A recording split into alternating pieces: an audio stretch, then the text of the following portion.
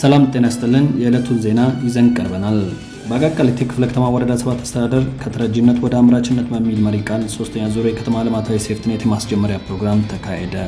ፕሮግራሙን በንግግር የከፈቱት የወረዳ 7 ዋና ስራ አስፈጻሚ አቶ ነጻነት ያዛቸው ለሶስተኛ ዙር የሚደረገው የሰው ኃይል ስራ ማስጀመሪያ መርሃ ግብር ከዚህ ቀደም ከተከናወኑት ፕሮግራሞች በላቀ ሁኔታ የሚመራና ተጠቃሚዎች ውጤታማ ስራ መስራት እንዳለባቸው አሳስበዋል።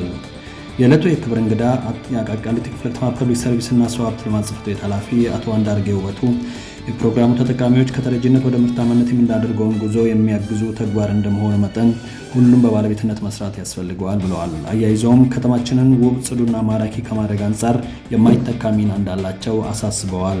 በመጨረሻም የወረዳ 7 ምክትል ስራ አስፈጻሚና የስራና ክህሎት ጽሕፈት ቤት ኃላፊ ማስጀመሪያ መርሃ ግብሩን ከክብር እንግዶች ጋር በመሆን በይፋ አስጀምረዋል። ዘገባው የወረዳ 7 ኮሚኒኬሽን ጽሕፈት ቤት ነው።